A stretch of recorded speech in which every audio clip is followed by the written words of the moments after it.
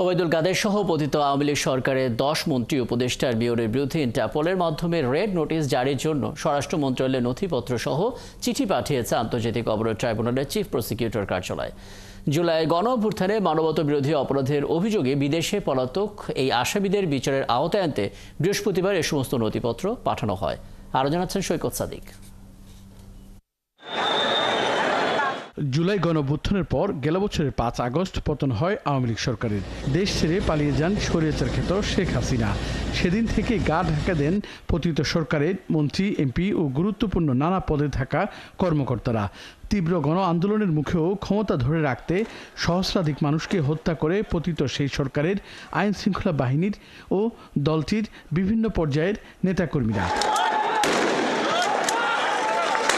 এসব হত্যা, গণহত্যা ও মানবতা বিরোধী অপরাধের বিচারে পুনর্গঠিত হয় আন্তর্জাতিক অপরাধ ট্রাইব্যুনাল।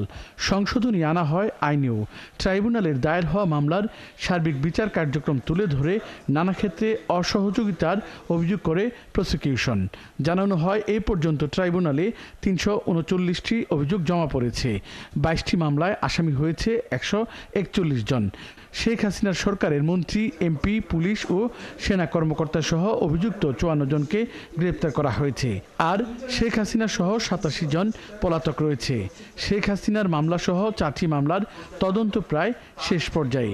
পলাতক আসামিদের গ্রেফতার করার ক্ষেত্রে আইন শৃঙ্খলা বাহিনী তৎপর রয়েছে। তবে কিছু ক্ষেত্রে ট্রাইব্যুনাল থেকে ওয়ারেন্ট বের হওয়ার তথ্য আগেই আসামিদের কাছে চলে যাওয়ায় আসামি পালিয়ে যাওয়ার মতো ঘটনা ঘটেছে। মামলার আলামত নষ্ট করা ও বিচার বাধাগ্রস্ত করতে বিদেশি লবিস্ট নিয়োগ করা হচ্ছে বলেও অভিযোগ করেন এই প্রসিকিউটর। বিপুল অর্থ ব্যয়ে ব্রিটেনের বিখ্যাত আইনজীবী ফার্ম ডটি স্ট্রিট চেম্বার্সকে নিয়োগ দেওয়া হয়েছে আন্তর্জাতিক অপরাধ আদালত আইসিসিতে অভ্যন্তরীণকালীন সরকারের বিরুদ্ধে মানবতাবিরোধী অপরাধ সংগঠনের মিথ্যা ও বিভ্রান্তিকর অভিযোগ আনয়ন করানোর জন্য। সাংবাদিকদের প্রশ্নের জবাবে চিফ প্রসিকিউটর জানান, ওবায়দুল কাদের, আসাদুজ্জামান খান কামাল সহ 10 আসামিকে দেশে ফিরিয়ে আনতে তাদের বিরুদ্ধে রেড অ্যালার্ট জারির আবেদন করা হয়েছে। Mister Obaidul Quader, mister Asaduzzaman Khan Kamal, mister AKM Mozammel Haque, Mohammad Hasan Mahmud, Jahangir Kabir Nanak, Sheikh Fazle Noor Taposh, Mohibul Hasan Chowdhury Naufel, Nasrul Hamid Bipu,